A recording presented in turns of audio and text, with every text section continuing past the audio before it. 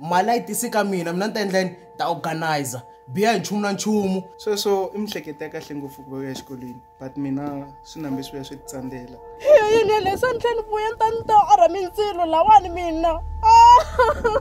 Let's go party. Hey babyza. Hina ya mqimbini. Tele girl, let's go. Yes. Hey, tika wena la mzai, myala ya mzai. Ela pangana mutu hinkwawo, usukusela le, ela pangana mutu hinkwawo. Hey. Mzai, ta ku bola ka wena la. Pangana mutu. Tika barile. Ibisa leswa khambisa swona la. Letshaka ku ngimisela noma mina. Hayi.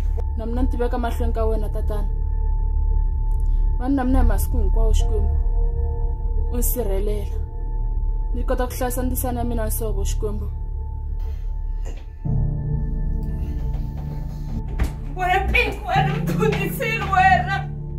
Yini? Wena byela wena ku tiplanta wena yini? Tiplanta mfanelo yini? Nyangadzi wena. Why nga tirhisanga protection of morning after pill? Fail xikolweni mahangi ka Solani mara. Ni tabukeriwa Sola ya huwa le xikolweni kunene. Suloyen mara ka Solani. Ni kani ku pasela mali ya tifoni to sisasis. Ni ku pasela mali ya tihomiweke.